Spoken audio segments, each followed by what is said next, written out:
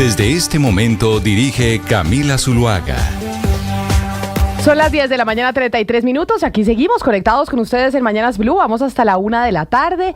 A partir de este momento pueden empezar a escribirnos al 301-764-4108, que es nuestra línea de WhatsApp. Ahí nos envían sus mensajes, preguntas, comentarios, cualquier cosa que quieran transmitirnos a través de esa línea. Y también seguimos conectados con ustedes a través de nuestro canal de YouTube con el chat muy activo en donde los leemos constantemente. Hace un sol espléndido en Bogotá. No sabía yo que Bogotá nos iba a recibir, o yo que llegué de Cartagena, Lucas, ayer, que nos iba a recibir con este sol. ¡Qué delicia! Sí, ayer amaneció así, Camila. Estaba radiante el sol y ya por la tarde tuvimos lluvia, tuvimos aguacero y de hecho estuvo súper fría la tarde. Hay un comentario que les quiero hacer que no sé si ustedes sabían y se han pasado por la calle 26 en Bogotá a las 5 de la tarde. Ayer llegando de Cartagena, después de haber visitado a Jennifer, pasando por la 26, por la Avenida El Dorado, oiga, la cantidad de gente que se cuela en el Transmilenio es impresionante. Pero son hordas de gente colándose, pero hordas. Por hecho, usted va por la 26 manejando o en el taxi y son hordas de gente que se pasa a la calle 26 para meterse por el Transmilenio y colarse. Y yo decía, oiga, no, yo sabía que la gente se colaba en el Transmilenio, pero no sabía que era en esa magnitud, y seguramente porque era la hora pico, obviamente arriesgando su vida, pasándose la 26. Pero yo decía, uno antes veía 1 o 2 colados. No, estos son grupos de 20, 25 personas. Vio, Camila, una foto que estuvo circulando hace unos días en redes sociales, que ya la fila no es para entrar y poner la tarjeta, sino que había fila para colarse por la puerta de la estación, que fue una imagen viral hace unas 2 semanas más o menos. Óigame, pero me parece horrible, o sea, de verdad que hay sí un cuestionamiento a los bogotanos, porque es que finalmente, pues ese es un sistema integrado de todos, y si la gente se cuela, pues eso va en contra del sistema. Pues sí, acuérdese el déficit que tiene justamente Transmilenio, ¿no? Y termina siendo un mecanismo muy injusto, porque los que se colan no lo hacen un día, lo hacen todos los días. Pero entonces, es que usted viera esto, Sebastián, usted no sabe lo que es. O sea, son 50 personas pasándose enfrente suyo, y yo decía, pero como en una maratón, y yo dije, ¿esto qué será? Cuando miré y dije, claro, es que se están colando. Claro, y es un sistema que financieramente, no solamente por esa razón, pero es una de las razones que es deficitario. ¿Y cómo se cubre ese hueco? Con nuestros impuestos. Es decir, los que no usan Transmilenio terminan subsidiando de manera general a todos los colados. Yo no sé, Camila, si usted vio no es justo. A Carmiña Villegas, la vi, que es una maravilla, porque ella tiene ya desde hace 1 o 2 años su cuenta de apasionados de la mesa. Lo más maravilloso de Carmiña Villegas, para quienes no la conocen, es que es una señora que tiene más de 70 años y se convirtió en una youtuber exitosísima. Y es regia, ¿no? Ella es maravillosa. Y nos ha enseñado a comer lechón, a comer hamburguesa cuando está muy grande. A cómo debemos cortar el buñuelo, a cómo debemos abrir el tamal. Pero evolucionó ya no solamente apasionados de la mesa, sino apasionados de la etiqueta. Y el video que subió la semana pasada es justamente cómo comportarse en el transporte público, y por supuesto lo primero que dice es ella pasándose por los torniquetes y demás, y dice, no, lo primero que tenemos que hacer, por supuesto, es siempre pasar la tarjeta. Es que es un tema de ciudadanía, de compartir con el otro, Hugo Mario.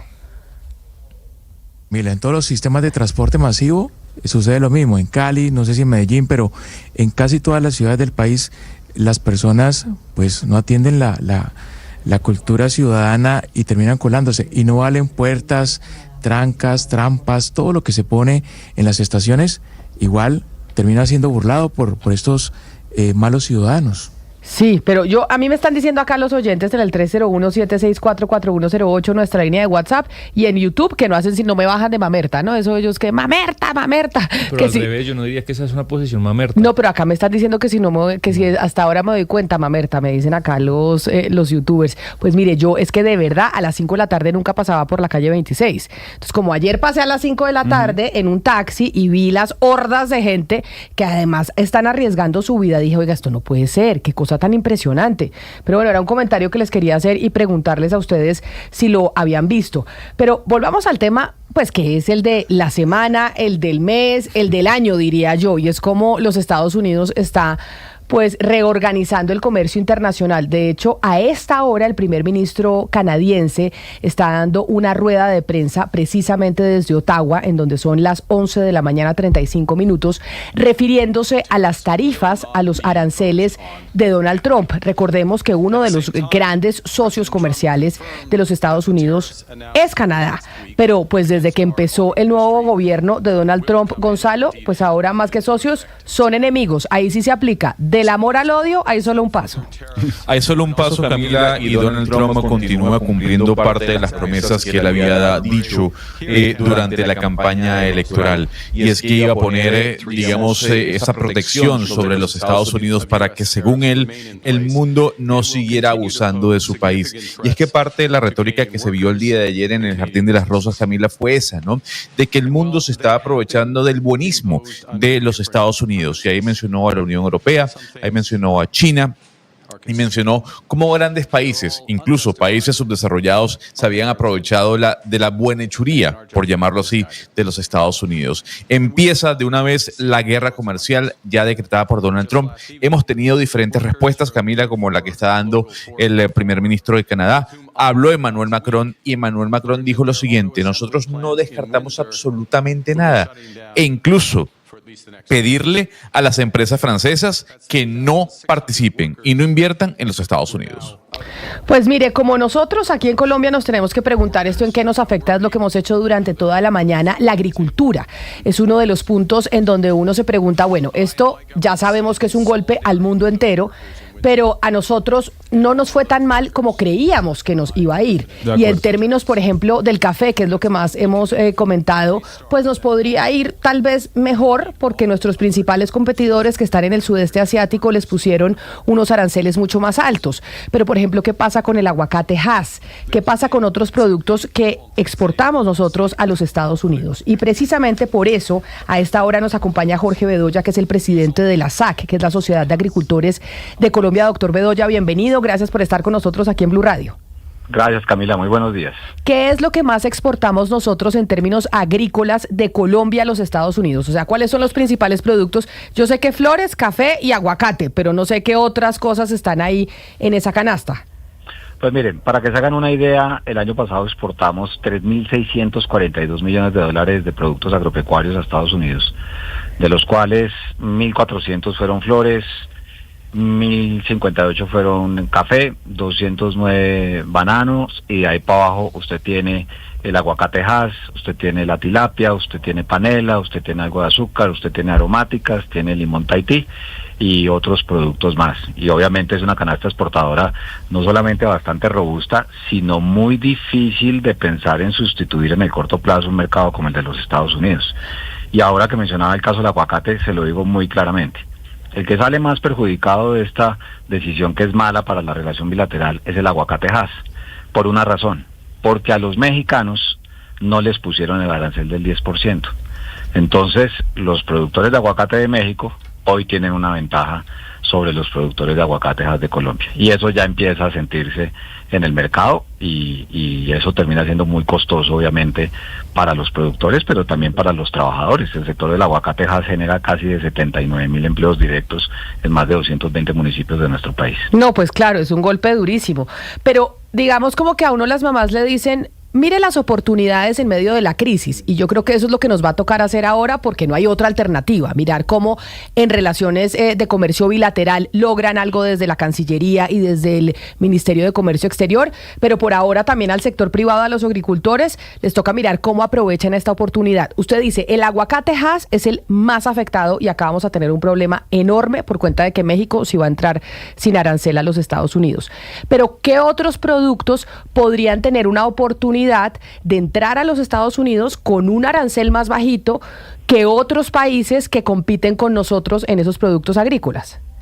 Pues usted puso el ejemplo del café. Le ponen un arancel del 46% a Vietnam.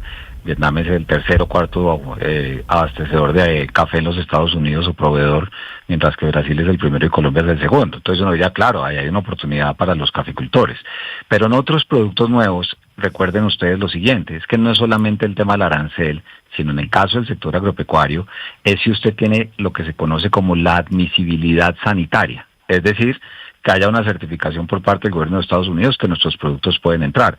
Al aguacatejas, solo para recordarle a la audiencia, le tomó más de 15 años que lo admitieran en los Estados Unidos, y ya teniendo obviamente relaciones comerciales. Ahora se había abierto una gran oportunidad para la avicultura, porque Estados Unidos tiene un problema de influenza aviar y todos hemos visto lo que pasó con el precio del huevo.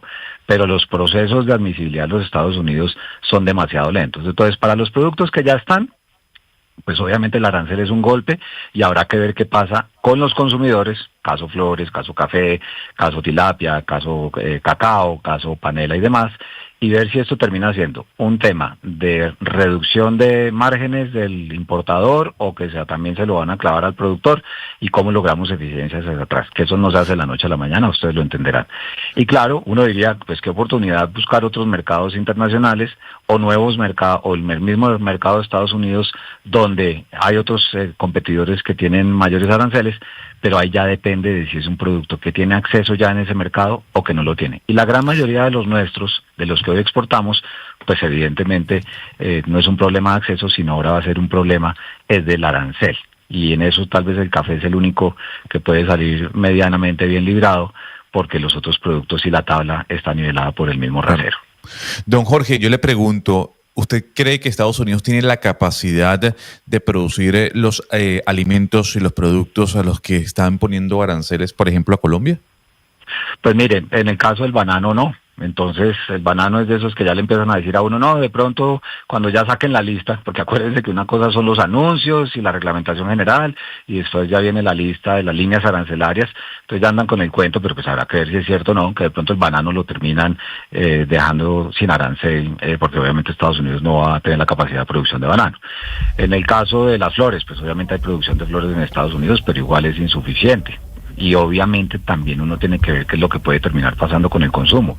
Un país que tiene una inflación anual inferior al 3% como Estados Unidos, y que de un solo tacazo les pongan un arancel del 10% a los consumidores, habrá que ver esa lógica de mercado cómo se empieza a desarrollar. Y por eso también les pongo el caso del aguacate. Estados Unidos, obviamente su proveeduría máxima la trae de México, pero también está Colombia, está Chile, está Perú, y ahí es donde tenemos un problema, pero pues habrá que ver entonces también cómo se puede aprovechar para otros productos aquellos países que tienen más arancel y donde Colombia puede tener una ventaja. Al margen, doctor Bedoya, de la suerte de cada producto, que eso está bien, saber cuáles son nuestros competidores, qué arancel le pusieron a cada uno, pero quisiera su lectura del escenario de una manera más integral, es decir, cuando hay una crisis global, que es lo que se puede venir según muchos analistas, muchos bancos, ¿qué le sucede, por ejemplo, a los precios de los productos agrícolas? ¿Qué sucede con las materias primas, con el dólar? Si esto se convierte en un tema global, encadenado, la suerte del sector colombiano primario, ¿qué ocurriría en su opinión?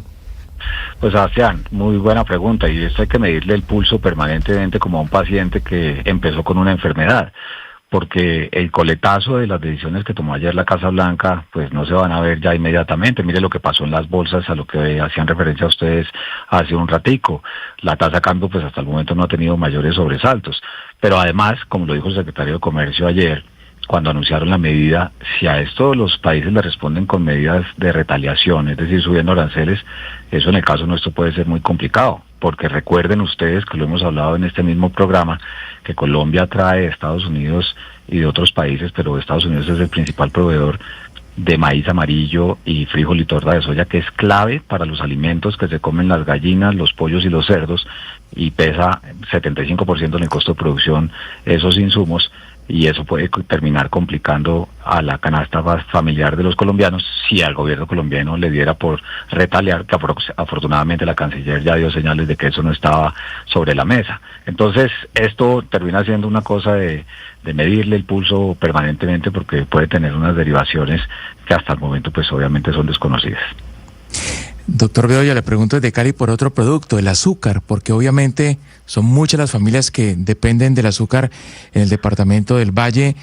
Los ingenios exportan a Estados Unidos al año más de 130.000 toneladas, lo que representa unos $100 millones. ¿Qué alternativa le queda a la industria del azúcar a encontrar otros mercados? Porque conquistar el mercado norteamericano le costó más de 50 años. Claro, y mire que eso no es fácil. Usted toma un punto que es de la mayor relevancia. En el caso del sector agropecuario, llegar a mercados internacionales es sumamente complejo. Y vuelvo y reitero, que le quiten el arancel a la larga puede terminar siendo lo más fácil. Que le dé la admisibilidad sanitaria o fitosanitaria al mercado internacional es muy complejo. Y el caso del azúcar, que es un producto que tiene tantas barreras no arancelarias y arancelarias en otros países, pues lo hace mucho más complejo. Y a pesar, porque esta mañana oía en algún programa que la gente decía, no, pero es que tenemos que ser más competitivos. En el caso del sector azucarero y agroindustrial de la caña, tiene las mayores productividades por hectárea a nivel global. Y obviamente tiene una producción que es sumamente eficiente y cumpliendo con estándares internacionales en materia medioambiental, pero con todo y eso es muy difícil pensar en llegar a nuevos mercados. Sí, es difícil, en eso estamos de acuerdo. Yo creo que todos, usted como experto pues nos está clarificando esa posición. Sin embargo, es lo que ha dicho el gobierno nacional y no solamente el colombiano, otros países están diciendo pues hay que abrir otros mercados. Con esto, señor Bedoya, le quiero preguntar ¿qué mercados son susceptibles de ser abiertos por nosotros? ¿A qué país le puede interesar nuestro café, nuestro mango, nuestro banano, nuestras flores para que se vaya encaminando hacia allí? Mire, esa es una muy buena pregunta y le agradezco. Precisamente cuando ocurrió lo del 26 de enero, ustedes recordarán que en su momento salió el gobierno a decir, vamos a diversificar exportaciones. Es que eso no se hace de la noche a la mañana, ni en 3 meses, ni en 4 meses, por 2 razones. Uno, porque primero, usted tiene que tener el mercado abierto en los acuerdos gobierno a gobierno. Es decir, o por la vía de un acuerdo comercial que no le tenga aranceles, o evaluar si los aranceles que le ponen a la entrada a su producto le da inclusive para llevarlo. Y 2, y perdón que lo reitere tanto, pero es que el sector agropecuario es distinto a todos los demás sectores, porque aquí viene el tema de plagas y enfermedades, es decir, la admisibilidad sanitaria. Y para lograr la admisibilidad sanitaria, ¿qué tiene que pasar? Primero, que el gobierno de Colombia convenza a otro gobierno a que vamos a empezar un proceso. Y segundo, que empiecen a mandar a los técnicos de las agencias de sanidad animal y vegetal de los países a los cuales queremos llegar, a que hagan visitas de certificación. Entonces, por eso ya yo mencioné de cuántos años le tomó al aguacatejas entrar a los Estados Unidos. Tiempo similar le tomó al aguacatejas para poder lograr la admisibilidad en Japón. Y ni que hablar del caso de Corea del Sur. En su momento, con el presidente Duque, se hizo un tema de admisibilidad del banano a la China. Y claro, se exportaron unas cosas, pero después eso terminó siendo muy complicado. Entonces, yo quiero darles una visión realista, y aquí uno tiene que hacer el trabajo, ni más faltaba, pero la experiencia da cuenta que la admisibilidad, y perdónenme el término tan técnico, es lograr que le abran la puerta en mercados internacionales a los alimentos o productos del campo de cualquier país. Eso toma mucho tiempo. Y si no, pregúntense por qué es que no nos dejan entrar el arroz al Ecuador cuando aquí sobra arroz. Y eso que los tenemos de vecinos y tenemos supuestamente la integración de la Comunidad Andina de Naciones. Entonces, este tipo Pero de en esta experiencia, en esta coyuntura actual, yo entiendo que esa es la experiencia que hemos tenido histórica, pero no hemos tenido esta coyuntura en donde todos los países están siendo víctimas de estos aranceles y de una situación que pues pone patas arriba al comercio internacional. ¿No será que a propósito de lo que pregunta Jennifer, pues los países a nivel mundial están dispuestos a decir, bueno, ¿cómo hacemos para movernos rápido y que de verdad podamos tener entonces un comercio internacional pues con los Estados Unidos aparte y mirar cómo intercambiamos entre nosotros? Buenísima pregunta, Camila, y por eso es que nosotros tenemos un acuerdo comercial con la Unión Europea. Por eso es que se estuvo negociando un acuerdo comercial con Japón, pero los japoneses no querían darle el acceso verdadero a los productos agropecuarios de Colombia a su país. Entonces, esto no es solamente que entonces venga y nos sentamos, no sé, con Uganda o con cualquier país a decir, venga, hagamos el tema arancelario y después hagamos el tema, obviamente, la sanidad animal y vegetal. Sin duda alguna hay que hacerlo, no estoy diciendo que no se haga. Lo que quiero es ofrecerle a usted y a su audiencia la claridad que en el caso de la comida, eso toma tiempo. Y les reitero 2 cifras. Tanto para el aguacatejas, en el caso de Estados Unidos, como en el de Japón, el acceso tomó más de 10 años. Pero por el tema de la sanidad vegetal.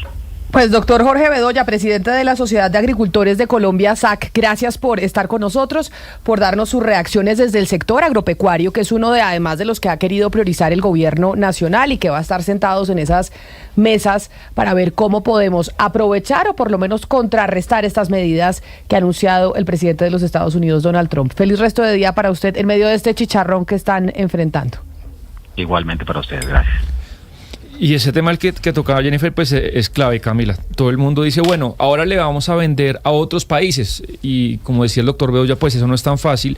Y no solamente que uno tenga buen diálogo, diplomacia. El tema de la competitividad es cómo le estamos cargando la mochila a nuestras empresas, a las empresas colombianas. Compitamos con el mundo. Bueno, ¿a cuántas empresas del mundo les quitan 35% de renta de impuestos? ¿Cuántas empresas del mundo, otros países, no cobran ICA?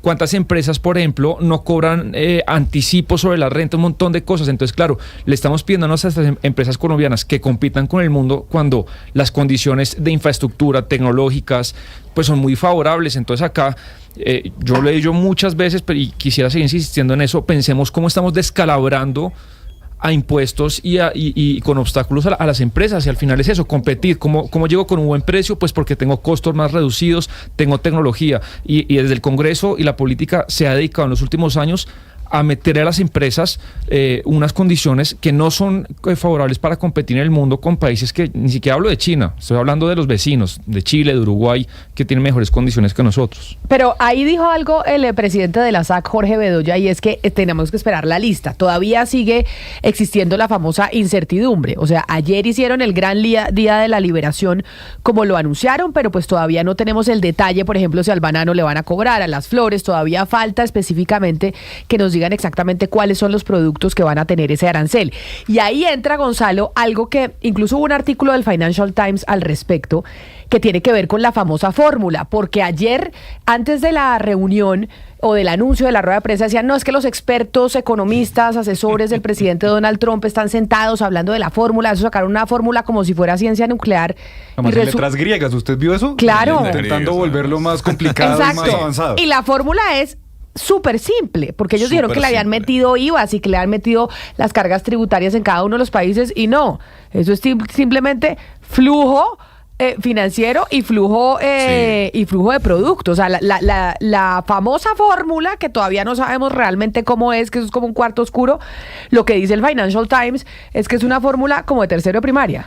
Es una fórmula hecha por un niño de tercer grado, Camila, y que además no se entiende porque no aplica para todos los países, porque esa fórmula, dependiendo del intercambio comercial que haya tenido Estados Unidos, no beneficia a los Estados Unidos per se. Entonces, digamos que hay países que han recibido un 10% de arancel que no están incluidos dentro de esa fórmula. Pero, por ejemplo, China, que es el gran, digamos, hermano comercial de los Estados Unidos, sí está involucrado dentro de esa fórmula. Sebastián, si yo le hago una pregunta, ¿qué es déficit? ¿Usted cómo le puede decir al oyente que nos escucha? Bueno, la balanza comercial que yo tengo, por ejemplo, con los Estados Unidos, que Colombia tiene con los Estados Unidos, pues es deficitaria para nosotros. ¿Por qué? Porque lo que nosotros importamos de Estados Unidos es mayor a lo que nosotros les exportamos, entonces la balanza es deficitaria. En ese caso... O sea, eso es más fácil. Si cuando uno importa más de lo que exporta, ese es cuando usted tiene un déficit comercial. Respecto a un país puntual. Exactamente. Perfecto. Entonces, para no enredar al oyente, eso es déficit aunado a lo que acaba de decir Camila. Pues bien, usted lo que va a hacer, según la fórmula presentada por el presidente Donald Trump, es sacar o dividir estos dos números, lo que hubo en intercambio comercial e importaciones frente al déficit que usted tuvo en esa relación. Con China, por ejemplo, le va a dar un porcentaje de 68%. Ese fue, digamos, el superávit que tuvo China y el déficit que tuvo Estados Unidos frente, repito, a China. Y a ese número, a ese ratio, a ese porcentaje, usted lo divide en dos. Y listo. Porque además Gonzalo decía, es que no son recíprocos porque nosotros somos muy amables. Entonces, en vez de cobrarles el 68, les vamos a cobrar la mitad. Por eso es que le digo que esa fórmula es un cuarto oscuro, que nos dicen que es así muy técnica, pero realmente no sabemos ni cómo funciona esa fórmula. A mí lo que me parece más arbitrario es como ellos, recordemos las tablas que Trump mostró como si fuera Moisés, que bajó 2 tablas del monte Sinaí y le mostró al mundo estas tablas. En la parte izquierda está el arancel que según Trump los países del mundo le cobran a los Estados Unidos, pero no es el arancel nominal, es decir, el 5 y 10%, sino suman todo un montón de cosas y es lo que Estados Unidos o Trump llama el arancel efectivo. Entonces, ¿qué es lo que suma Trump? Pues suba IVA, suba los impuestos que le cobran a todos los productos, incluso, por ejemplo, de la Unión Europea. Entonces, ellos lo que dicen desde Estados Unidos es, mire, a mí me cobran un arancel para que entre un producto mío de tanto, pero a eso se le suma un IVA que ellos cobran allá y se le suma otro impuesto que también usan, que a los productos de la Unión Europea no les cobran, pero sí les cobran a los países del sudeste asiático, sí les cobran a China. O sea, le está sumando no solo el arancel, sino una cantidad de IVAs y de impuestos que les cobran a los productos en la Unión Europea. Sí, más que los impuestos, que sí, el suma, digamos, lo que me termina pareciendo arbitrario, y he oído analistas que van en esa dirección, es, claro, suma el arancel nominal, suma además lo que se llama como las barreras no arancelarias, que es muy difícil de medir porque, por ejemplo, una barrera no arancelaria puede ser un trámite que me produce un costo, por ejemplo, no sé, un trámite de un mes, produce un costo, pero usted cómo lo mide en términos de aranceles. Y finalmente, otra cosa de la que Trump lleva hablando muchos años, y es que él acusa a algunos países de hacer una manipulación monetaria, de devaluar artificialmente su moneda. Eso es lo que le está diciendo a China, y él no es el único que ha dicho. Claro. Y realmente a China le está diciendo, China, usted con su Banco Central ha manipulado su moneda, la ha bajado y ha hecho que sus productos sean mucho más baratos en comparación con los míos. Y de hecho, hoy en día lo que se está esperando, y es la gran pregunta, es qué tanto va a devaluar su moneda China para poder contrarrestar estas tarifas, porque podría devaluarla aún más. Sí, antes de esta rueda de prensa se había llegado a un cierto acuerdo. Entonces, finalmente, claro, ¿cómo se cuantifica la manipulación de la moneda respecto al dólar? En el caso de que pueda pasar, entonces al final el número que le da Trump es muy arbitrario y es muy difícil de medir. Sebastián, entonces, y termino rápido, Lucas, por eso, el arancel real que Europa le cobra a Estados Unidos es 2.2% de los bienes, pero el que pone en la tabla es 39%, claro, porque se suma todo lo que estamos hablando. Pero es que ayer decía justamente eso, Camila, y es como no tuvimos en cuenta en este número no solamente las barreras arancelarias, es decir, usted le cobra valor agregado o algún otro impuesto, sino que tuvimos lo que decía Sebastián, las no monetarias. Entonces, por ejemplo, en el reporte con Colombia, eso es un reporte que ayer también lo mostró, aparte de las dos tablas que dice Sebastián, un reporte como unas 1000 páginas que tenía ahí. En este reporte está lo que ha hecho el representante de comercio estadounidense. Por ejemplo, en el caso de Colombia hay algunas barreras sanitarias que de pronto el INVIMA pone y que dice Estados Unidos que puede ser una barrera. Pero justamente cuando vamos a ver la fórmula que entrega el Departamento de Comercio, eso no aparece por ningún lado. Simplemente un déficit comercial, divide las importaciones y después dividen eso entre dos. Por eso le digo que la famosa fórmula que nos pusieron así como si fuera Copérnico, esto realmente es una fórmula de tercero de primaria. Pero Sebastián, una claridad, que China ha devaluado su moneda es una realidad, o sea, eso es un hecho. No es como que si pudiera hacerlo. En China han mantenido su moneda baja para poder ser más competitivos en el comercio internacional. Y eso es lo que además hoy estamos a la expectativa. ¿Qué va a pasar con China y su moneda? ¿La va a devaluar aún más? ¿La puede devaluar aún más? Para poder contrarrestar estas medidas que le impone Jennifer, los Estados Unidos, no solo a ellos, sino pues al resto del mundo, pero sin duda alguna con Asia, pues fueron los más fuertes. Los más duros, sí, fueron con Asia especialmente duros. Digamos que nuestra región se quedó con el 10% de aranceles, Camila, pero mire, el presidente Trump se queja mucho de este déficit comercial, pero leía hoy a una persona en el Financial Times también y decía, ¿y por qué el presidente se queja tanto de esto? ¿No será que Estados Unidos tiene más capacidad de consumo que de producción y por eso tiene que buscar en otros países lo que dentro de su país no puede producir? Y otra pregunta que surge a partir de eso, Camila, ¿van a ser capaces los norteamericanos, los estadounidenses, de producir todo aquello que no van a importar tan fácilmente? Es decir, ¿se van a dedicar a cultivar lo que puedan cultivar, sea mango, sea flores, o a producir estas manufacturas que importan desde otros países, cambiando un poco el espíritu productor de los Estados Unidos? ¿Van a abandonar entonces o va a quedar menos gente dedicada a la tecnología, a los avances científicos, etcétera, que ha sido su digamos, su espíritu en las últimas décadas. Y otra cosa que me parece muy importante, Camila, es que algunos expertos y sobre todo críticos con la política económica del presidente Trump dentro de Estados Unidos, básicamente lo que dicen es que esto es un impuesto regresivo. ¿Por qué?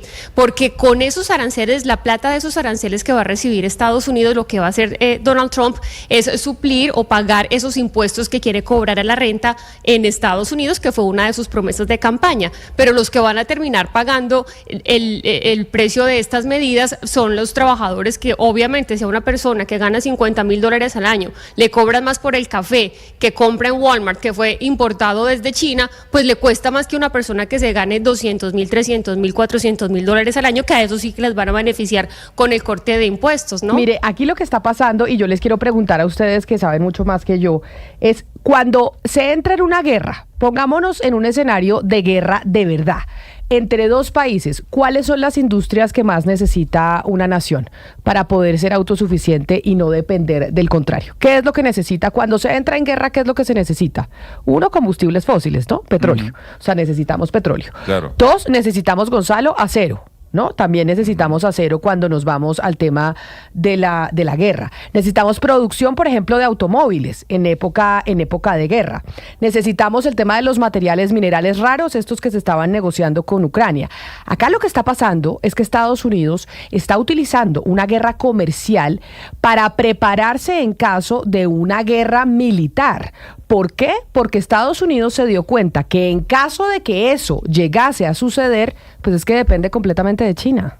Totalmente.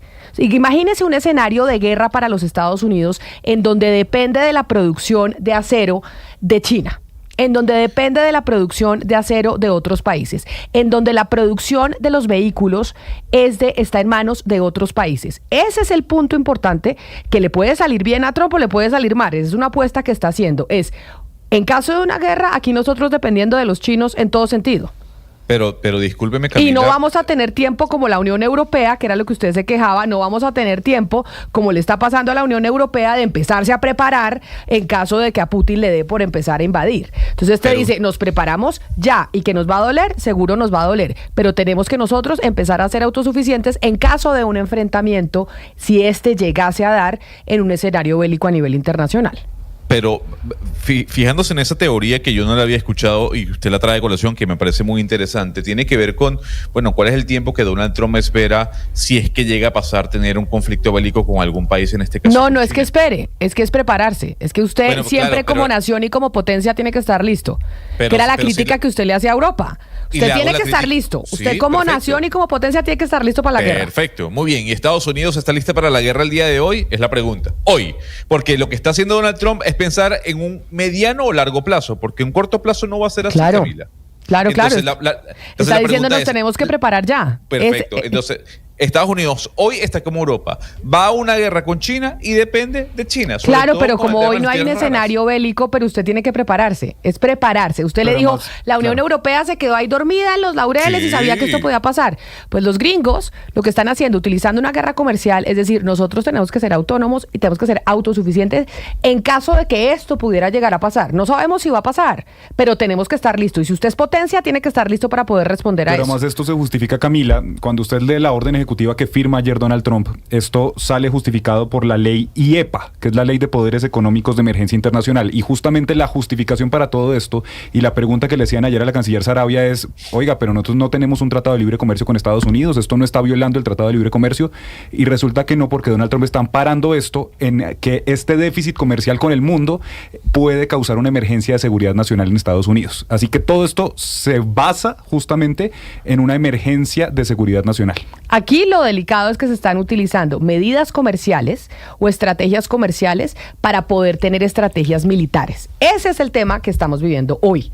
Y la pregunta es, ¿le va a salir bien a los Estados Unidos o le va a salir mal? No lo sabemos, es una apuesta. Creo que genuinamente Donald Trump cree que ese es el rumbo. Claro. no fue tan agresivo en su primer mandato porque se organizó principalmente contra China y en unos productos puntualmente. Esto es de manera global, pero él hace años viene pregonando esto y él realmente cree que lo que tiene que hacer es que el mundo llegue a producir a Estados Unidos y que eso va a pasar. Pero por eso es que habla del Make America Great Again. Ese es el trasfondo desde su primera campaña. Y por eso yo le pongo este punto. Ahorita vamos a tener un invitado precisamente desde los Estados Unidos para hablar más allá de lo que estamos viendo, de lo que vemos hoy de la guerra arancelaria. Esto tiene un trasfondo mucho más importante y tiene que ver con quién va a ser el hegemón del mundo y quién va a ser la potencia mundial. Y Estados Unidos está peleando con China. Eso es un hecho. O sea, están compitiendo con los chinos. En caso de un conflicto, los chinos tienen del cuello a los gringos. Del cuello. Entonces, eso es lo que están tratando de que no vaya a pasar en un futuro. No es que vaya a haber una guerra, ni mucho menos. No, es que usted como país tiene que prepararse en caso dado de que eso pueda llegar a suceder. Que es lo que aquí don Gonzalo Lázari le ha reclamado a la Unión Europea constantemente, que por qué se durmieron en los laureles y por eso ahora precisamente los europeos están recolectando plata y aportando a un fondo para poder aumentar el gasto militar y poder ser autosuficientes en la defensa de su territorio. 11 de la mañana, 7 minutos, pero déjenme porque tenemos un compromiso comercial y resulta que me voy a ir en donde está Margarita Bedoya, que está en Cencosud, en Easy. ¿Qué hace usted allá, Margarita? Cuénteme en dónde se encuentra, en qué parte, en dónde la pueden ubicar y qué está haciendo. Así es, Camila, buenos días y para todos los que están conectados hasta ahora, Mañanas Blue, efectivamente me encuentro en Centro Mayor, esto es al sur de Bogotá, en la tienda Easy de la marca Cencosud. Y resulta que, ¿qué me encuentro haciendo acá? Pues hoy fue la reinauguración de esta tienda porque pasó de tener 2 plantas a una, pero mucho más diversificada, mucho más específica, con áreas pues que van a facilitar totalmente la experiencia del cliente. Déjeme decirle que hay una muy interesante y consiste en todo lo que es la mezcla de color. El cliente puede venir acá y solicitar un color en específico y aquí se lo van a mezclar, se lo van a crear. Esta tienda pues tiene mucha tradición aquí en Bogotá, de hecho llegó en el año 2008 y pues actualmente consiste y vende para todas las personas que están en la ciudad productos de remodelación, de decoración. También ha creado una nueva sección diseñada para pisos y diseñada para jardín y para todo lo que se necesita de renovación en exteriores. Le cuento además que pues a partir de hoy se da oficialmente esta apertura, esta reinauguración aquí en Centro Mayor, en el sur de Bogotá. Hasta ahora hay muchas personas en el lugar, los invitamos para que vengan y la conozcan aquí en el sur de Bogotá. En un momento hablamos y le cuento más. Ah, bueno, Margarita, buenísimo. Si están pensando en remodelar, hablando de comercio, ¿no? Hablando de comercio, está Easy precisamente abriendo nuevamente su tienda, pero además un segundo piso en Centro Mayor. Se ve espectacular, Margarita, la tienda. Ahorita volvemos con usted. Pero una de las cosas que tienen los Estados Unidos es el tema de tecnología, el tema de creación tecnológica y demás. Y Lucas, a usted lo están acompañando unos muñecos que... le traje compañía. ¿Esos muñecos son de un juego que se inventó en Estados Unidos? Sí, señora. Estamos hablando de Minecraft. Minecraft, sí, señora, que además... Pues yo no sé, ¿usted ha jugado? No, nunca he jugado Minecraft y quiero preguntar quién en la mesa, pero tengo sobrinos que se han jugado Minecraft. Claro. ¿Quién en la mesa de trabajo ha jugado Minecraft? A mí me anota. Pues mis hijos.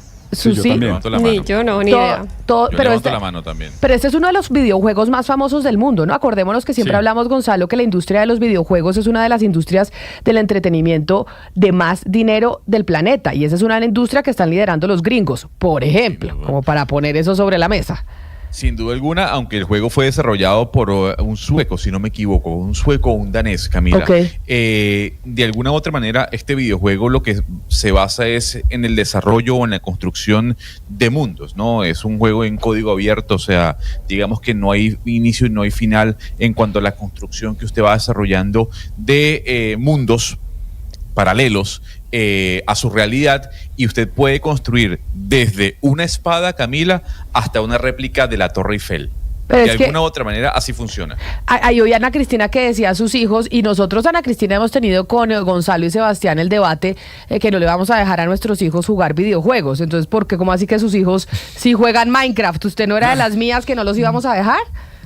No, pero pues juegan ya grandes. En Minecraft, Camila, es un juego que hace, lo que hace es desarrollar primero la creatividad. Tiene pues desarrolla una cantidad de capacidades. Le digo entre otras, la creatividad, la sensación de los espacios, porque trabajan con espacios, trabajan en construcción y no en destrucción, que es lo que suelen hacer los juegos, y eso pues para mí es muy importante, que tengan en la cabeza estar construyendo mundos y no destruyendo mundos. Entonces también no se trata solamente de decir, no, yo rechazo absolutamente todo lo que sea juegos de computador, porque no, pues ellos ya son adultos y ellos juegan lo que quieren, pero digamos, hay juegos que uno sí mirando, porque uno mira lo que están jugando los hijos, sea de cualquier cosa, y Minecraft es un juego que desarrolla la imaginación y que, como le digo, tiene esa intención de construir, de hacer algo que les enseña a manejar el espacio, a pensar en términos de cómo expandir lugares, ampliar comunidades, trabajan mucho el tema de comunidad. A mí me parece muy interesante Minecraft. Yo tengo una pregunta para los que saben, porque es que acá en cabina tenemos Lucas tres muñecos. Tiene una llama, Sí. una abeja, y ¿eso qué es, un pino? No, pues como una mata. Creeper. No, es un creeper. ¿Qué es un creeper? Es que hay varios personajes, Camila, y como usted sabe, esto es una especie como de píxeles. Entonces, yo es que no tengo, explíqueme la función de cada uno de esos. ¿La llama qué función cumple? No, Sebastián, tampoco hasta allá, pero todo esto, o sea, la llama, por ejemplo, transporta cosas en el juego. Eso quiere saber. Bueno. Ese es el tipo, pero la verdad es que usted puede encontrar diamantes, usted puede, como decía Gonzalo, construir lo que usted se imagina, o sea, usted puede hacer una ciudad entera en Minecraft. La idea es que usted construya y obviamente hay personajes que lo van ayudando. Y esta es la idea. Pero lo que entiendo, y lo digo de verdad, el otro día estaba, ¿en dónde estaba? No me acuerdo, pero alguien estaba hablando que ya va a salir la película de Minecraft, que ya va a salir, que toca comprar las boletas, porque parece que esto es pues como todo un culto al juego. Con película y todo. No, es que sale, hoy estamos a ¿qué? 3 de abril. Es que se lanza la película, llega hoy a las salas de cine. Sí, pero entonces no entiendo cómo un videojuego termina siendo película. ¿Usted ya se la vio, Gonzalo? ¿Allá en Panamá ya se estrenó o no? Todavía no. ¿Y cuáles son las expectativas que hay sobre la película? Uy, lo que pasa es que yo debo decir algo. La película, sea buena o sea mala, como película, es que está protagonizado por Jack Black. Y yo lo amo a él, ¿no? Entonces, la película, sea buena o sea mala, para mí Jack Black, ya con él allí, siendo partícipe, me llama a ver. Ya la recomiendo. Ya la recomiendo. O sea que usted se la va a ver. ¿Por qué no vemos el tráiler de la película? A ver si podemos poner un poco el tráiler de la película que se estrena hoy, Minecraft, pues para los que son seguidores del jueguito. Sí, y además le digo que... y le queda gustando y empieza a jugar. No, es que a la gente que hoy no fueron a niños, o sea, no fueron los hijos de Ana Cristina y gente de su edad, sino vi gente grande diciendo tenemos que ya reservar las boletas porque si no después se nos van a terminar o no vamos a poder verla de primeros como lo que pasa, Camila, es que Minecraft, creo que si no me falla la memoria, tiene ya 15 años, entonces pues ya... Alguien que a sus 15 años jugó Minecraft, ya no es un pues niño. Ya no es un niño, ya tiene 30 años. Tiene usted razón. Bueno, oigamos el tráiler a ver de qué se trata.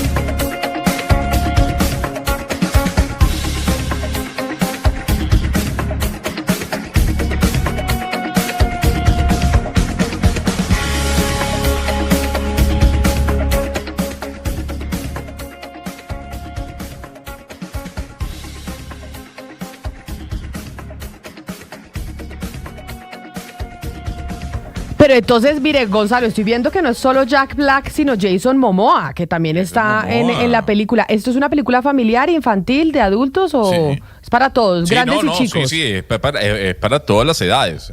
O sea, esto es apta para toda la familia, Camila. Para un domingo, para un sábado en la tarde. A Momoa, que por cierto lo tuvimos aquí en este programa. Pero el gran protagonista, más que Aquaman, como se le conoce a él, es el señor Jack Black. Bueno, pues entonces ya sabe, 3 de abril, hoy se está estrenando y por eso, Lucas, acá nos están acompañando los muñecos de Minecraft Vamos a... Aquí la llama está feliz, amiga. ¿No? la llama con el micrófono. La podríamos entrevistar, lo que pasa es que no sé si hable porque tiene el micrófono enfrente. La llama. pero bueno, acá, ¿quieren que les dé unas estadísticas? Acá tengo unas estadísticas que dicen que... Bueno, como dice la Cristina, Minecraft fomenta la noción de que los constructores crean juntos, construyen juntos, aprenden juntos y juegan juntos. O sea, todo es en comunidad, no es destrucción sino construir. Que en promedio cada día se fabrican 8.8 millones de picos. Eso no sé qué es, ¿qué será? ¿Eso con verde? lo que usted va construyendo. No, son como herramientas, Camila, haga de cuenta. Usted va, esto se basa en bloques y usted va además encontrando cosas dentro de los bloques. Y se descubren 6.7 millones de diamantes. Imagínese. Y se hacen 700.000 pasteles. Imagínese, para que usted haga 700.000 pasteles, la cantidad de millones de personas que juegan todos los días Minecraft. Y esto a nivel mundial. Pues bueno, hoy se estrena la película de Minecraft en todos los cines a nivel nacional. Así que si usted, como Gonzalo, como Lucas, como los hijos de Ana Cristina, pues ahí ya está lista la película para que la puedan ir a ver. 11 de la mañana, 17 minutos. Pero ya que estamos hablando del mundo, Jennifer, muchos colombianos, muchos latinoamericanos, pues se han ido a vivir a España o han pedido la nacionalidad española, han pedido el pasaporte español, porque como que Madrid o España se convirtió en el nuevo Miami o en la nueva Florida latinoamericana. Y había una visa que se llamaba la Golden Visa, que podían tener los empresarios que invirtieran una cierta cantidad de dinero en ese país. ¿Y cómo es eso que la quitaron? Sí, hasta hoy se dan esos permisos, ese tipo de visa, Camila, es una decisión del gobierno de Pedro Sánchez. Esta Golden Visa, Camila, se instauró en 2014 bajo el gobierno del Partido Popular, el partido del PP ahí en España, y básicamente lo que hacía era conceder visas a aquellas personas que tuvieran 500.000 euros y fueran a invertir a España en vivienda. Con esto pues casi que automáticamente se les daba la visa o el permiso de residencia. Esto comenzó a generar, según el gobierno actual, el gobierno de Pedro Sánchez, pues algunas tensiones en los precios, acaparamiento de viviendas, a las personas comunes y corrientes sin esa cantidad de dinero se les estaba haciendo muy complejo adquirir casa, pero cuando se instauró lo que se quería era desarrollo de la actividad empresarial, según el gobierno del PP, inversión en España, por supuesto, y movilidad internacional. Vamos a escuchar lo que decía hace pocos días la ministra de Vivienda de España para decir no más a esta Golden Visa. En el día de hoy hemos adoptado una decisión muy importante para mejorar el acceso a la vivienda en zonas donde especialmente existen problemas en el incremento del precio de la vivienda o en el incremento del precio del alquiler. Se trata de acabar con una medida del Partido Popular que permitía obtener el permiso de residencia por invertir en viviendas de 500.000 euros. A partir de ahora se acabó la especulación, no se pueden volver a adoptar ese tipo de permisos y sí que la vivienda se reorienta hacia ese derecho, hacia esa garantía para conseguir ese objetivo que nos hemos marcado de legislatura de que ningún español, ninguna española tenga que dedicar más del 30% de sus ingresos. ¿Sabe usted, Camila, toda la problemática? Lo hemos conversado aquí en el programa que hay con la vivienda en España, que se habla de déficit, pero también de acaparamiento, como les decía. Mire, en este tiempo, Camila, el 93% se concentró en siete provincias de personas que llegaban con sus 500.000 euros a comprar casas, en donde en Barcelona, sobre todo, Madrid, Málaga, Alicante, Baleares, Girona y también en Valencia. Mire la diferencia, en 2014, que se comenzó a implementar esta Golden Visa, se dieron 157 visas apenas, y en 2022 5.425, y cuando comencé a mirar los datos, pues apenas el 8% de latinoamericanos habían accedido a esta Golden Visa,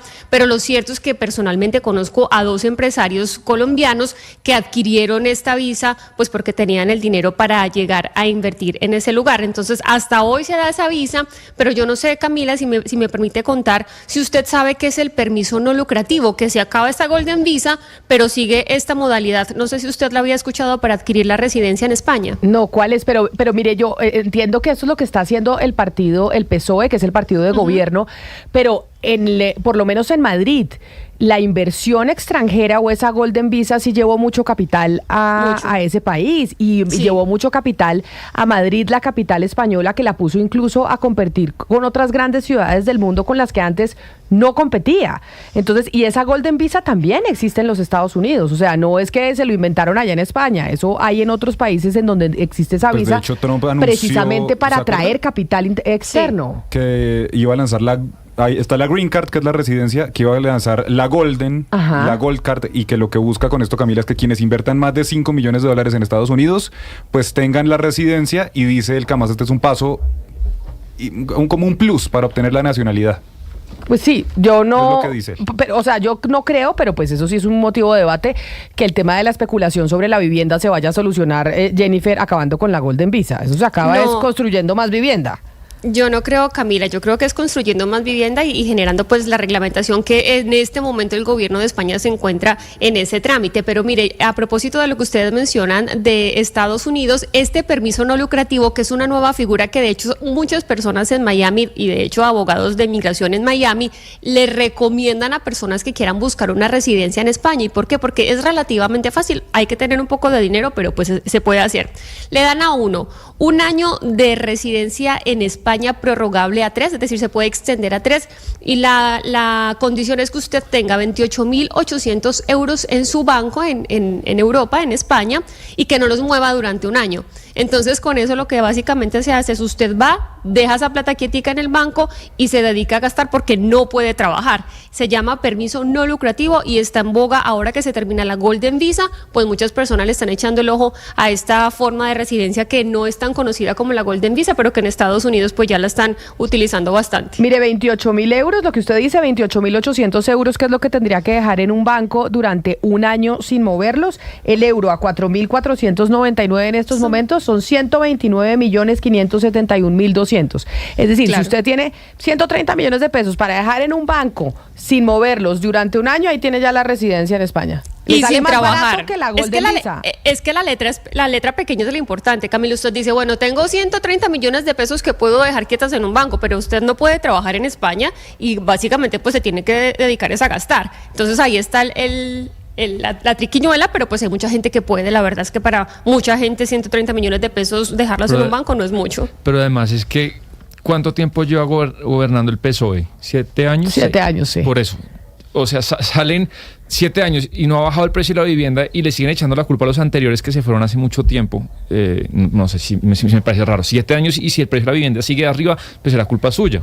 Pues sí, ese debate allá en España en términos de vivienda es interesante, sí. Pero sí muchos latinoamericanos se han ido a comprar vivienda allá y ha hecho que los precios suban de forma muy importante. Pero vámonos nuevamente, Gonzalo, a los Estados Unidos para hablar del Día de la Liberación, porque hablábamos de si esto le va a salir bien a Trump, le va a salir mal, cuál es el objetivo. El objetivo puede ser doloroso ahorita, pero en unos años puede terminar siendo beneficioso para Estados Unidos como país, ¿sí o no? Pues Camila, sin duda alguna que la expectativa está frente a lo que va a pasar a corto plazo con respecto al bolsillo del estadounidense. Yo entiendo, Camila, la preocupación que usted trajo hace cuestión de minutos con respecto al tema de la seguridad. Pero hoy en día la pregunta que también se hace el ciudadano a pie es: ¿esto cómo me va a afectar? ¿Esto qué significa? Esto significa que de alguna u otra manera mi bolsillo, el costo de mi vida va a aumentar, porque a mí me prometieron todo lo contrario, porque el gran culpable, según Donald Trump, de la inflación fue el señor Joe Biden. Entendamos qué significa esta decisión tomada el día de ayer, y creo que no hay mejor personaje a esta hora que el que nos acompaña desde los Estados Unidos. Él es Jared Bernstein, Camila. Fue director del Consejo de Asesores Económicos de la Casa Blanca durante el gobierno de Joe Biden. Fue además la persona que estuvo allí durante los 4 años en los que Joe Biden era vicepresidente como su gran asesor económico. Mr. Bernstein, thank you so much for being with us here in Blue Radio. Mr. Bernstein. Mr. Bernstein.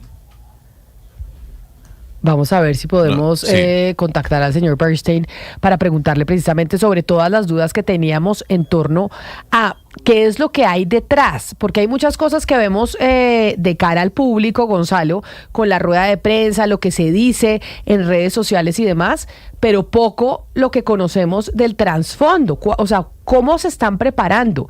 Cuando hablábamos de los minerales raros de Ucrania, ahí entendimos muchas cosas que no habíamos indagado antes. En este caso, podrías llegar a ser similar.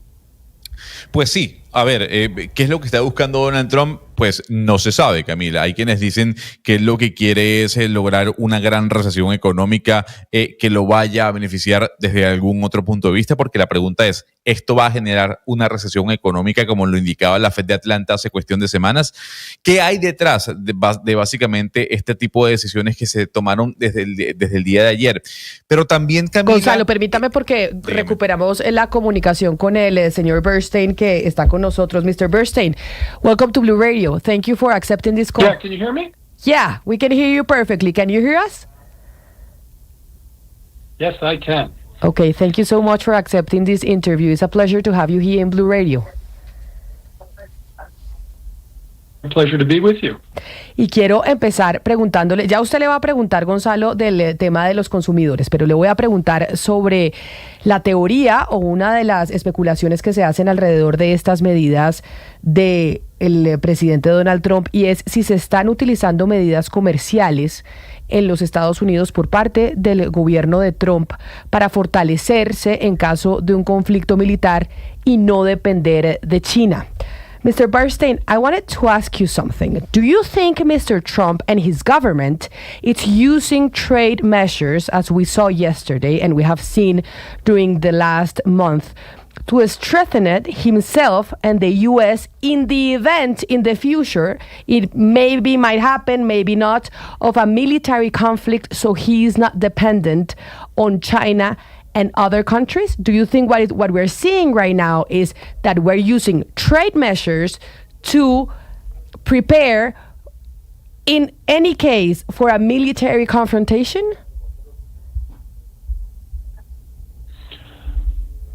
I don't think so, though it's always hard to figure out what's going on in Trump's mind because he's constantly lurching between different rationales for his policies.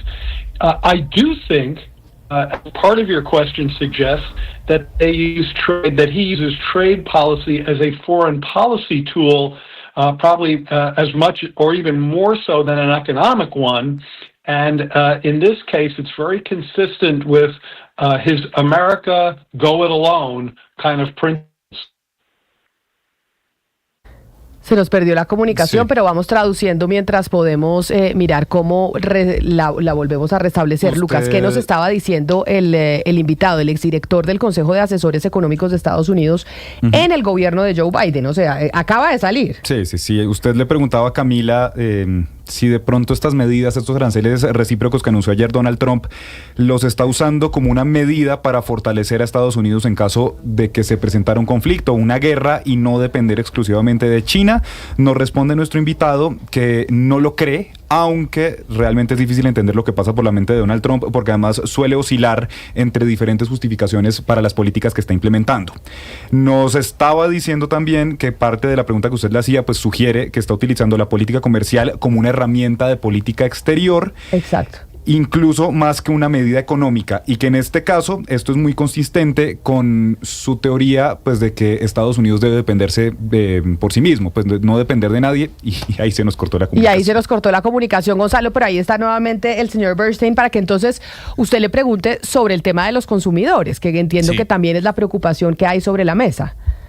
A ver, el presidente Donald Trump dijo que el golpe se va a sentir, que los consumidores van a sentir el golpe. Yo quisiera preguntarle a nuestro invitado, que sabe bastante de los números de la economía de los Estados Unidos, ¿en cuánto cree él que va a subir la inflación? ¿Cuál va a ser el nivel en el que la inflación en los Estados Unidos puede crecer?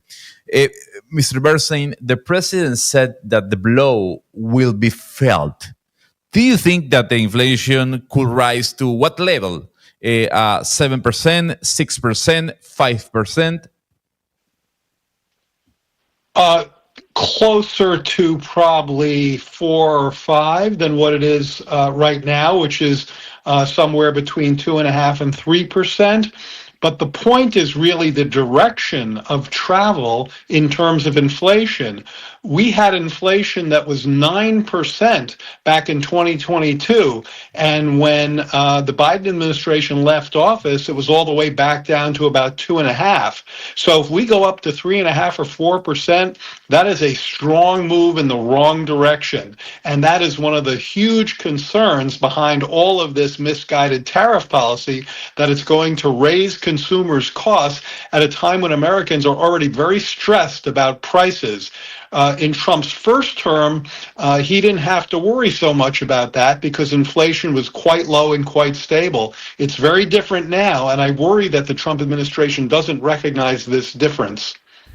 Usted le pregunta a Gonzalo cómo se va a sentir el golpe para los consumidores y que en cuánto cree que va a subir la inflación. Nos dice que cree que va a aumentar un 4 o un 5%, que pasaría de lo que tenemos en este momento, que es cercano al 2.5 o 3%. Sin embargo, nos dice que realmente el punto es la dirección que va a empezar a coger la inflación. Reconoce y dice que durante el 2022, cuando estaba Joe Biden, Estados Unidos alcanzó a tener una inflación cercana al 9%, pero que cuando Joe Biden sale del cargo ya estaba en 2.5 puntos porcentuales. Así que nos dice, si la inflación vuelve y repunta, ya sea un 3 o un 4%, pues es un fuerte movimiento en la dirección equivocada, y que es justamente una de las grandes preocupaciones que hay en este momento en Estados Unidos, porque inevitablemente va a aumentar el costo de vida para los consumidores, y en un momento en que ya los estadounidenses, como lo decía, vienen estresados por el aumento de los precios, sobre todo desde 2022. Cuando estábamos en las elecciones presidenciales, pues uno de los argumentos de los votantes eran precisamente la economía y la inflación, que él ya reconoció, y que esa fue la razón por la cual decidieron votar por Trump. Pero internacionalmente nos preguntamos, bueno, ya salió Biden del poder, ¿y los demócratas qué pueden hacer o qué van a hacer para cambiar el curso de lo que él mismo nos está diciendo que es perjudicial para los propios consumidores? Mr. Bernstein, when we were in the presidential election, many voted for Trump because of how consumers felt about inflation under Biden government. You already explained us what happened during his administration. But internationally, we ask ourselves, and we're wondering, what are the Democrats doing right now? What they will do to solve what is happening in the U.S. You will have midterm elections in 2 years. The Democrats might stop this, that is what is doing Donald Trump right now, or there's nothing to do and he will be continuing with these measures for 4 years. Yes, you've raised an interesting question. First of all, let me point out that many of the people over here who voted for Donald Trump did so not because they're Trump supporters, what we call MAGA people, Make America Great Again, not because they're MAGA supporters, but because they believed the president when he said that he would lower costs, which has been a huge concern for many Americans.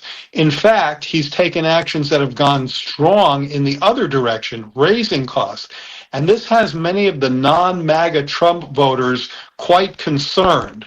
If this was to persist, I do think that the Republicans would have a very hard time in the midterms, almost no matter what Democrats do. As I know you know, in Spain and Europe, there is a strong anti-incumbency power that hurts incumbents when people are disappointed with their performance. So Democrats do have to organize, and in fact, Trump is painting very, very large targets for Democrats. And if they can't hit these targets, then woe betide them. So I'm sure Democrats will be hitting back on the very measures that are hurting the people that voted for Trump to help them. But whether they do or not, I do think unless the Republicans change course, they're going to have a tough midterm. Usted le pregunta, Camila, pues, ¿qué pueden hacer los demócratas ante estas medidas que está tomando Donald Trump tras llegar a la Casa Blanca? Y decía usted que uno de los argumentos por los que votaron los estadounidenses para elegir a Donald Trump, pues era justamente la economía y que bajara la inflación.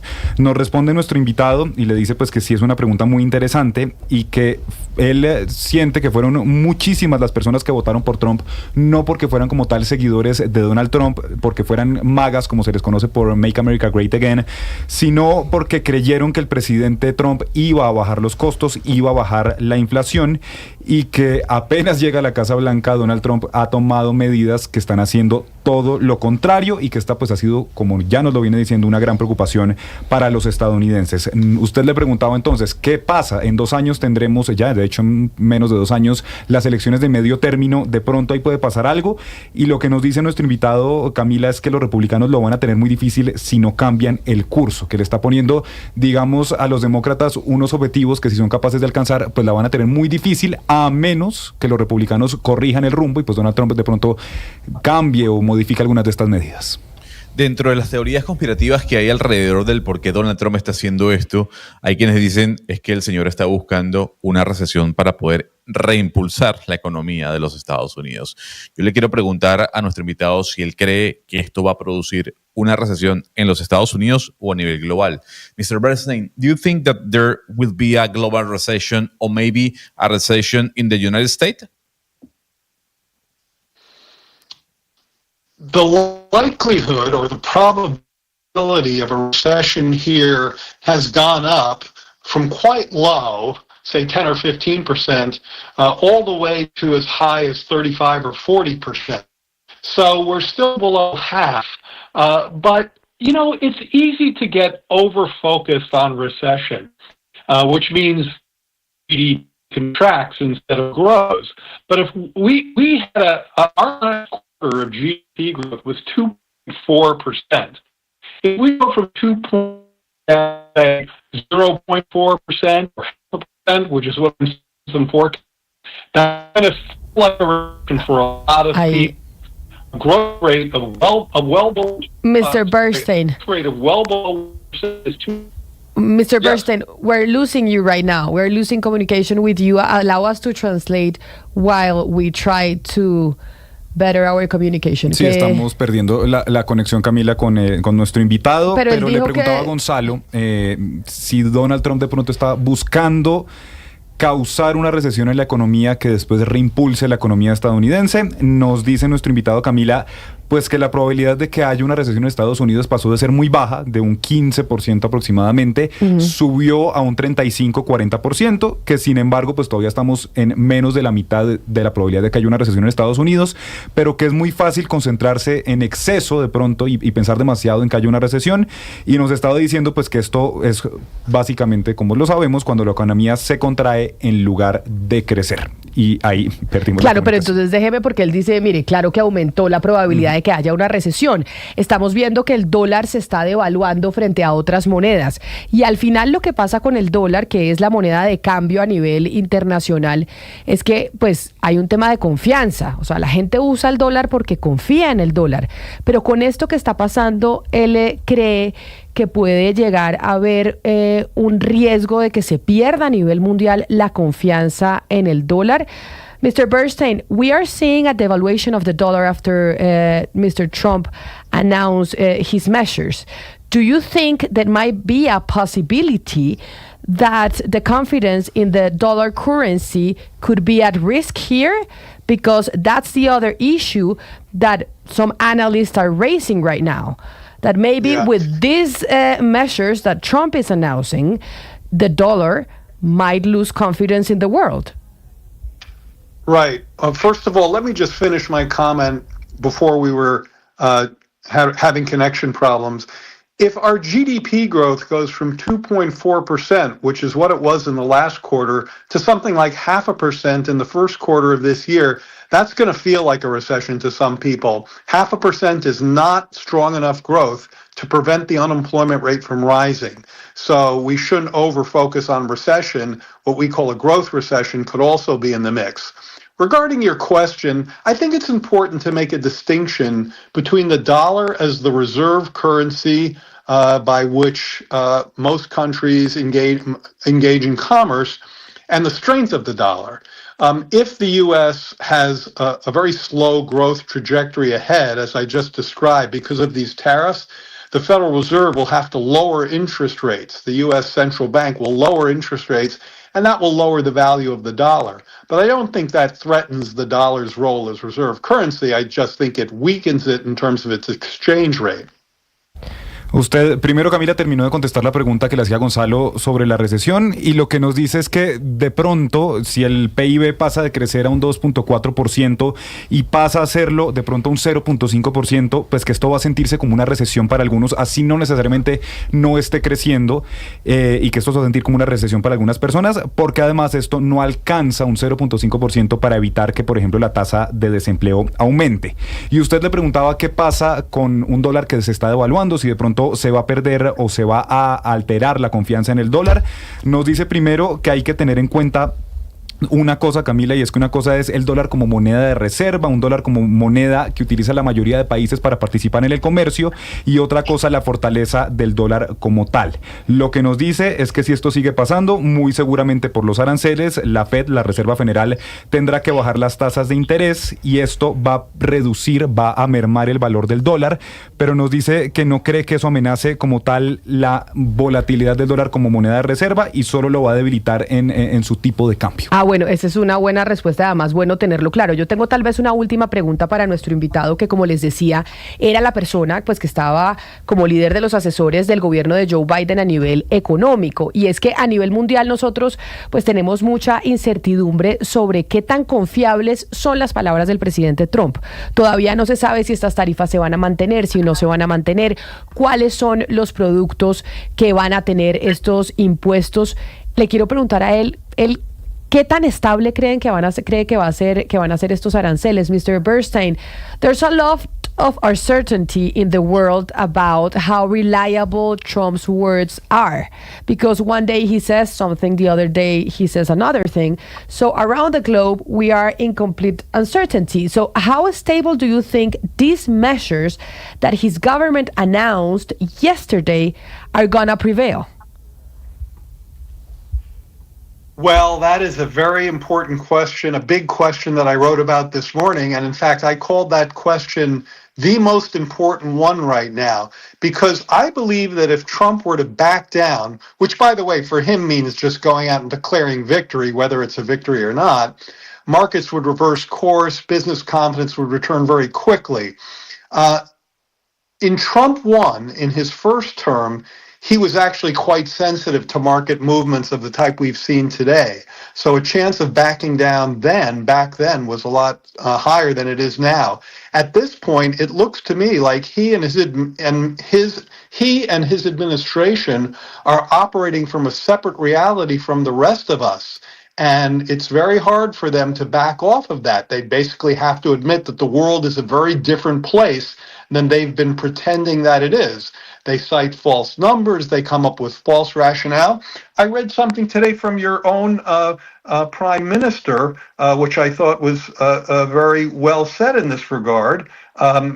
He said, let me find this here. He said, this is terrible news for the world. Unintelligent, a return to 19th century protectionism makes no distinction between friends and enemies, doesn't discriminate based on ideology or trade balance. It's against everyone and everything. I think Prime Minister Sanchez is right about that. And I'm afraid that Trump is living in an alternative reality that will be hard for him to back away from. Usted le preguntaba a Camila qué tan confiables son las palabras de Donald Trump, qué tanta probabilidad hay de que se mantengan estos aranceles o de que de pronto dé marcha atrás, y dice Camila que para él esa es la pregunta central en este momento, que de hecho esta mañana escribió sobre esto y que para él es el tema central en este momento, porque de pronto en su primer mandato Donald Trump era mucho más sensible a lo que pasara en los mercados y que esas movidas o esas caídas que estamos viendo el día de hoy, hace 8 años cuando llegó en su primer término a la Casa Blanca era más sensible, había una mayor probabilidad de que diera marcha atrás. Lo que nos dice es que en este momento pareciera que él y su administración están operando en una especie de realidad separada, que creen que el mundo funciona muy distinto a lo que cree el resto del mundo y que ven muy difícil justamente que ellos pues den marcha atrás y admitan que de pronto el mundo está funcionando de una manera diferente. Y de hecho cita una frase del presidente del gobierno español, Pedro Sánchez, quien dice que cree que es bastante acertada. y que Pedro Sánchez lo que dice es que esta es una noticia terrible para el mundo, poco inteligente, un regreso al proteccionismo del siglo XIX que no hace distinción entre amigos y enemigos, que no discrimina por ideología y que va contra todos y contra todo. Y nos dice nuestro invitado que cree que Pedro Sánchez justamente tiene razón en eso y que se teme que Donald Trump vive en una especie de realidad alternativa de la que le va a costar muchísimo alejarse. Tengo una última pregunta para nuestro invitado Bernstein y es, ¿quiénes son los asesores económicos de Donald Trump? ¿Quién es el cerebro económico académico detrás de esta estrategia? Porque normalmente pues los gobiernos tienen esas personas que dictan línea sobre lo que creen debe ser la estrategia económica de cada país. Mr. Bernstein, I have one last question for you. And who are the economic advisors of Donald Trump? Who is the academic economic brain behind this strategy? Because normally governments have these brains behind their strategies. Who is Trump's advisor in this matter? He has numerous economic advisors, including Kevin Hassett, Scott Bessent, Stephen Mirren. These are all people, especially the first two. Well, Kevin Hassett had the job that I had in the Biden administration. He had that job in Trump 1, so he's been working the president for a long time. But here's the thing. I don't believe his economic advisors support these tariff measures nearly as deeply as he does. And in fact, I believe they've tried to wave him off of these ideas. But it should not surprise anyone who could hear my voice should not be surprised by the following statement. Donald Trump does not listen to his advisors unless they're telling him what he wants to hear. He goes ahead and does what he wants to do. So I don't think his advisors have forgotten the laws of gravity. I just think they're being ignored. At any rate, it's been great to talk to you, and I enjoyed our conversation. Thank you, Mr. Bernstein. Thank you so much for being here with us in Blue Radio. 11 de la mañana, 47 minutos. Esto que nos acaba de decir Lucas me parece lo más importante de toda la entrevista, y es que él lo que dice es que él tiene asesores económicos, pero que no los está escuchando porque los asesores económicos no se han olvidado de las reglas de la gravedad, que son los principios económicos básicos del comercio internacional. Y es que sus asesores económicos probablemente no están de acuerdo con estas medidas que anunció ayer, pero Trump no los está oyendo. Nos dice que tiene muchos asesores económicos, nos dice que por ejemplo está Kevin Hassett, que es el director del Consejo Económico Nacional de Estados Unidos, que está también Scott Bessent, pero que todas estas personas... Que uno de ellos era el que tenía el cargo que él tenía en la administración Biden. La administración de Donald Trump, y nos dice eso que es muy importante, que no cree que sus asesores económicos ni le estén impulsando a tomar estas medidas, y tampoco están de acuerdo con ellas, y que de hecho cree que en varias reuniones han tratado de decirles, presidente, esta no es una buena decisión, veamos otras alternativas, y que realmente solamente quiere escuchar lo que Donald Trump cree que es lo correcto. Entonces lo que nos dice justamente es, no creo que se les hayan olvidado las leyes de la gravedad, creo que sí han intentado en varias ocasiones decirles que esto no es lo que hay que hacer, pero que simplemente Donald Trump pues los está ignorando, y que cree pues que eso es lo correcto que hay que hacer, pero que es una idea de él. Y Scott Bessent, Lucas, que es un ministro de Economía, a él sí lo he oído defender estas ideas varias veces. Yo quería volver un momento a Colombia, porque mucha gente se pregunta y todos nos preguntamos, bueno, ¿qué será de Colombia, de nuestra economía? Otro posible efecto, pues Camila, si la inflación repunta, como están pronosticando pues muchos de los bancos, como nuestro invitado nos lo acaba de decir, si en Estados Unidos la inflación repunta, a la Fed no le queda otro remedio que volver a subir las tasas de interés. ¿Y eso qué quiere decir para Colombia? Que el costo en esta deuda vuelve a aumentar. Esta mañana el presidente Petro volvió a hablar del tema de la deuda. Es algo muy angustiante para nuestra economía, que se va volviendo más complicado, porque lo que nos prestan a nosotros en los mercados internacionales es la tasa de interés que se paga en Estados Unidos, más una prima de riesgo, más una suerte de castigo, y ese sumado, esas dos cosas, la prima de riesgo más la tasa de interés de los Estados Unidos, es lo que nosotros pues vamos a los mercados internacionales, y si la tasa sube allá, pues tenemos nosotros, Camila, que seguir sacando más de la inversión social, de lo que sea, para pagar los compromisos en el mercado internacional de deuda. Mire, usted hablaba del señor Besen, Sebastián, y el señor Besen, así como usted lo dijo, yo secundo, ¿no? Él ha defendido sin duda alguna la política del señor Donald Trump, diciendo que, por ejemplo, los aranceles no son los culpables de cómo está el mercado en los Estados Unidos. Incluso, Camila, dijo hace 2 días que el problema del mercado es por la cantidad de gente que está vendiendo acciones de las 7 grandes compañías de tecnología, que eso básicamente es lo que está haciendo que el mercado se vaya a pique, sobre todo en el Nasdaq, pero que los aranceles no tendrían el efecto que sí están teniendo las ventas de acciones de Google, Microsoft, Tesla, que es básicamente lo que está haciendo variar y tambalear el mercado. Pues chiquito, Camila, por ejemplo, Starbucks, que no es de tecnología, Starbucks, ¿qué hace? Vende café y croissants, que Starbucks cae 12%. No, pero por eso le digo que a mí me pareció lo más sorprendente lo que dijo, porque puede que Scott Bessent haya respaldado ciertas medidas de Donald Trump, pero no sé si estas medidas que anunciaron ayer, Gonzalo, que es lo que nos dijo nuestro invitado, dijo, oiga, esta gente no se le pudo haber olvidado sumar 1 más 1 y cuáles son los principios básicos de la economía. O sea, por eso él dijo, no se les puede haber olvidado las reglas de la gravedad. Seguro que ellos les están diciendo, no se puede hacer esto, y el que de verdad está manejando esta estrategia económica es directamente Donald Trump, él solo, sin oír a sus asesores. Pues sobre todo, Camila, yo lo invito a que busque la tabla de consumidores de café en el planeta.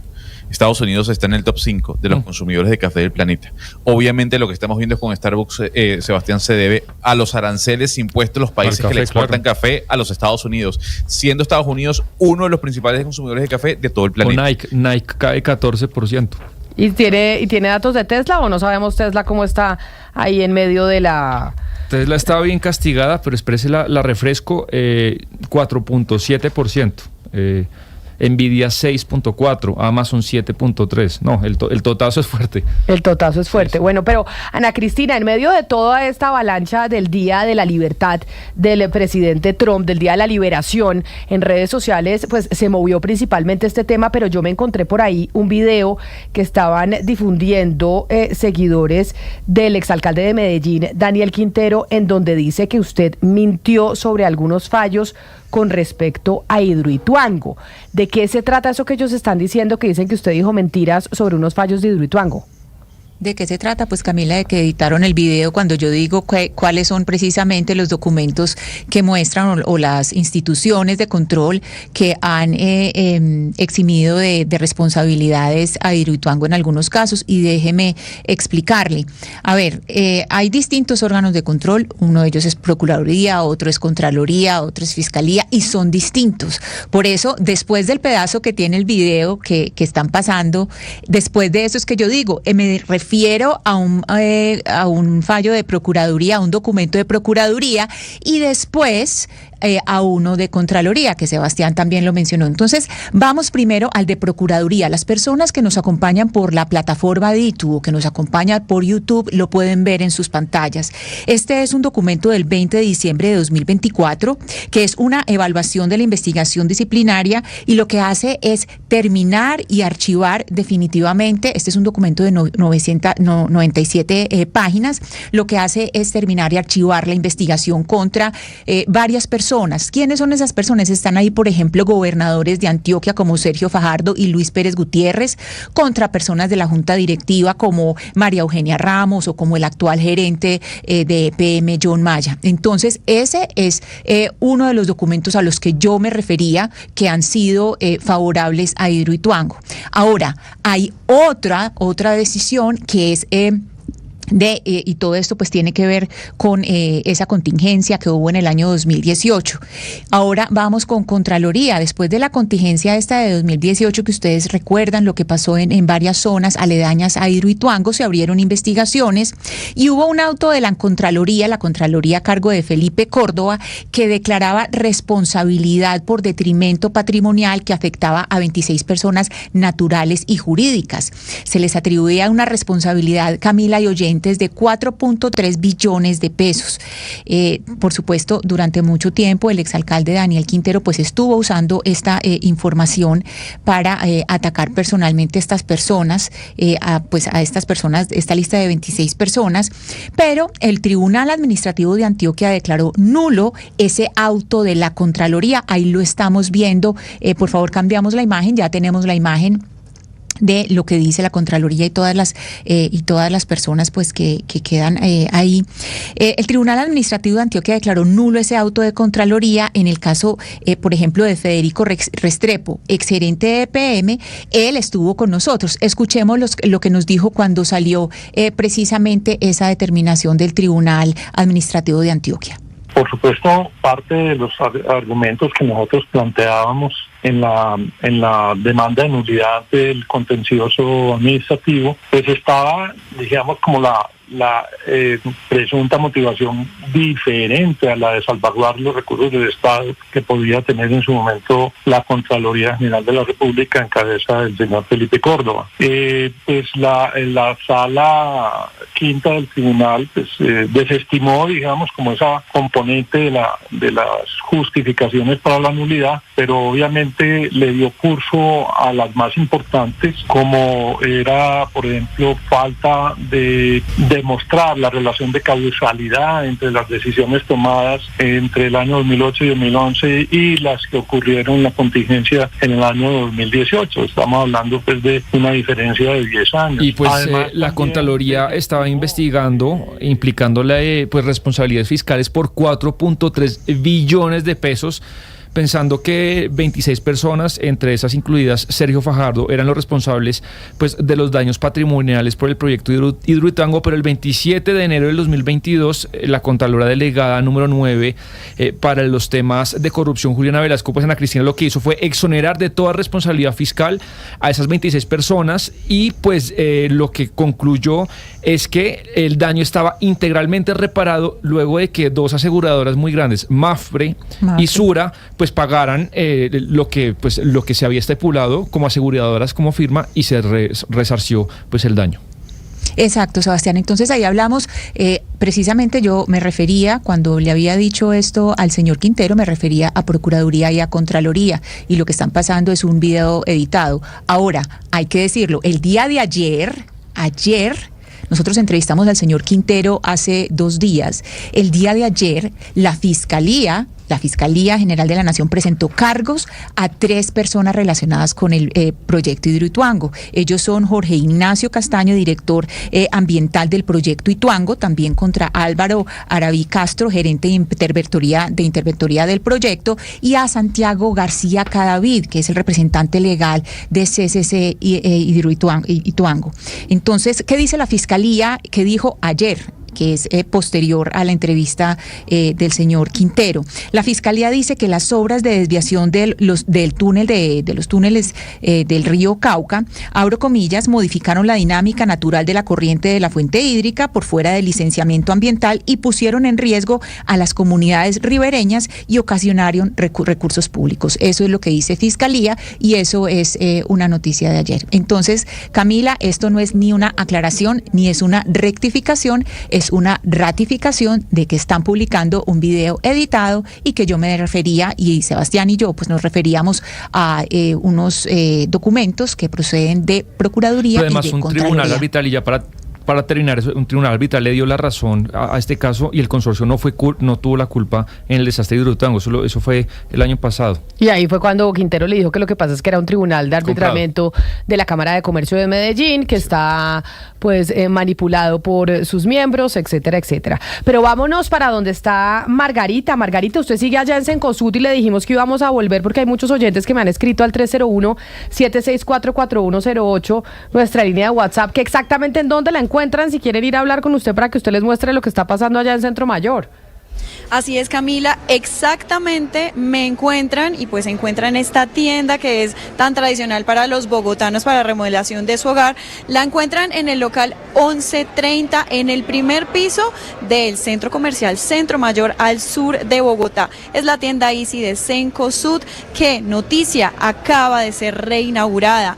Hoy se lanzó pues nuevamente con nuevos espacios, hay nuevos nuevos espacios de diseño, nuevos personal acá para atender a los clientes. Hay 3 lugares en específico que resaltan en esta nueva versión de la tienda de Easy. El primero es sobre jardinería para espacios relacionados con todo lo que son los productos de exteriores. Además, también han mejorado mucho en cuanto a los baños, en cuanto a todo lo que se ofrece para material de baño, para lo que es no solamente decoración, sino también construcción de baños y lo que es la sección de pisos. Además, le cuento que Cencosud cuenta con 16 locales en toda Colombia. No es una tienda que lleve poco tiempo en nuestro país. De hecho, se abrió en 2008 la primera acá en Colombia.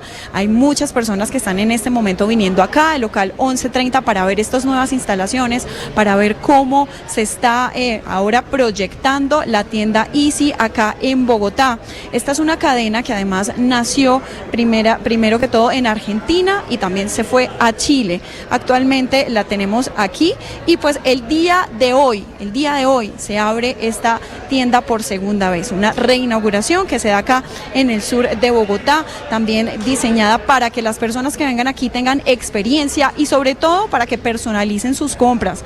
Pueden mezclar sus pinturas al gusto que deseen y también tener una experiencia y unos asesores 100% personalizados. Local 1130 en el Centro Comercial Centro Mayor, aquí al sur de Bogotá. Gran tienda. Si se quieren encontrar con Margarita, y ya saben dónde está. Los que están conectados a través de nuestro canal de YouTube pueden ver un poco la ubicación. Nos vamos con las noticias del mediodía para que usted se actualice de lo que está pasando en Colombia y en el mundo.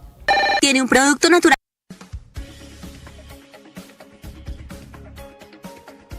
1 millón.